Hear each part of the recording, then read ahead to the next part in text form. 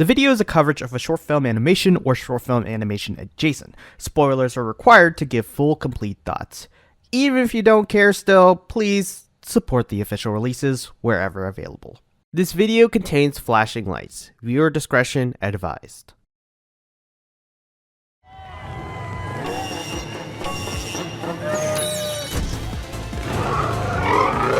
Samurai Blue Afterimage. An 8-minute, but really almost 7, animation that wowed me. So much so, I saw the views on this, became completely baffled on how little attention this got, and kinda decided to cover it for that. Cause holy shit, this is awesome. Following Yoko, a young aspiring street driver, she makes her debut, only to be under tons and tons of scrutiny. Mostly because she took the title of Samurai Blue. Not only a well-renowned street racer in the community she's trying to break into, but is in fact the sister of said well-renowned street racer, who tragically died prior. So will the overwhelming jeers of everyone around her keep her down from being a great racer? Will the overwhelming pressure from such a big shadow bring her down and not allow her to race to her full potential? Will her crippling insecurities do that herself? All those questions answered with a resounding yes and no. Getting into it, let's just start off by saying, wow, I love the animation. I mean, this 3D animation is so heavily stylized. The team did amazing with every single detail. All the characters are masterfully stylized in that 2D anime look, while maintaining 3D aspects that give depth to everything. There are clear showcases of outlines and streaks and what have you to make the setting feel closer to that 2D style as well. But the biggest thing that really gets me is the lighting. Bright neon colors, holographic displays, emphasize shadows. There's a near future-esque style that feels very comfy even. Not too far away from modern, but just enough for cool stuff. The entire aesthetic is cool and satisfying. That goes double with the movement. Stuff like Yoko's physical car having a bit of a stretchy nature to it, the windows being so open and removing some of the interior of the car to emphasize the force with the white streaks of light whizzing by in the background. All of the particle effects breathe life into the movement. Not to mention, a lot of the movement is in that beautiful choppy frame style that Spider-Verse popularized. Oh, let's not forget the abundance of these exaggerated mental representation thingies. I can't really think of it. Essentially presenting what the characters are thinking through visual aids. This animation loves that, almost as much as their streaks, and some of these transitions are so incredibly smooth. I gotta say, this animation with its personality really helps out a lot with the other aspects here. The characters are clearly represented through their visual aids, helping understand Yoko, her struggles, and how she syncs up with her girlfriends? I don't know, how she syncs up with Sierra. Clearly, with so many things going on in her mind, that mental battle between it all, with that little bit of mental support, helps you understand her relationship with the idea of Samurai Blue, treating it almost as a rival to beat. Which, yeah, if you couldn't tell, the animation is depicting her racing a blue, transparent ghost. You know, the kind you see in time trials in video games. That's so clever. I am really entertained by Yoko in this, by the way.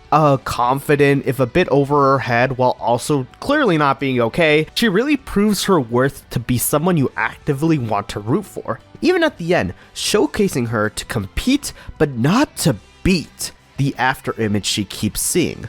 Obviously, giving a more open-ended ending for more to come, for this essentially well-hidden pilot, but I love the pace they take on here anyways. It shows she has the potential to overcome all her mental blocks, but isn't ready to do so yet, giving a vulnerability without weakening her too much.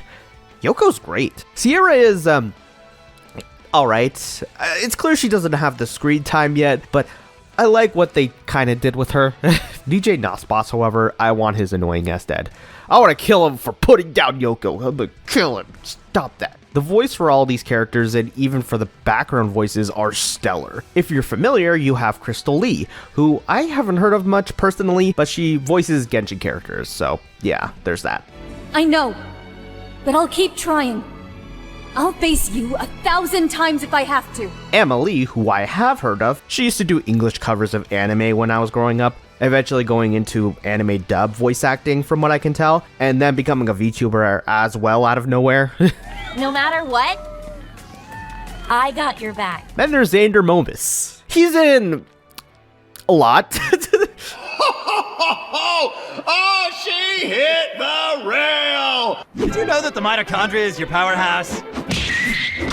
Obviously, the voice work, if it falters, which it never does, it's not because of the talent. The story as a whole, I can't believe it took me a while to mention that, is honestly really impressive, covering so much ground without covering too much, dialing it in on really only two relationships between the two-ish characters and setting up the world so well without even trying. This doesn't feel like their first rodeo on the story, even if it is. It feels like they've been doing this kind of thing forever, which I don't know about Winterstellar or where they even came from, but man, they really got this animation packed so well. I do have a few gripes, of course, really two. I do think, again, other than Yoko, the characters feel a bit underdeveloped, with little screen time. But I guess if you count Samurai Blue as their own character, it doesn't really matter, cause it's really about Yoko and Samurai Blue. The music, however, okay, really only one song. Not saying the song was sung terribly, or the instrumental, for that matter. All of it sounds amazing. I just really have a problem with the lyricism and song itself. It's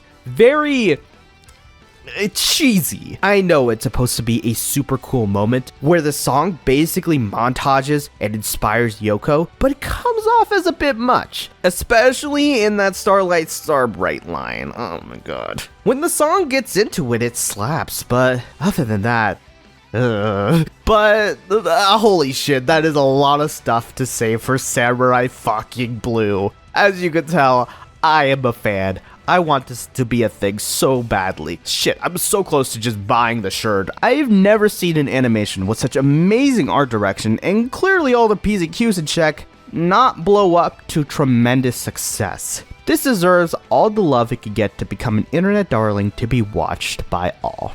P.S. apparently it's also fairly accurate to car stuff, so there's that. But the last thing I want this to be is an Afterimage, because I want this to be real. Let's make it fucking real. See you at the starting line, Samurai Blue.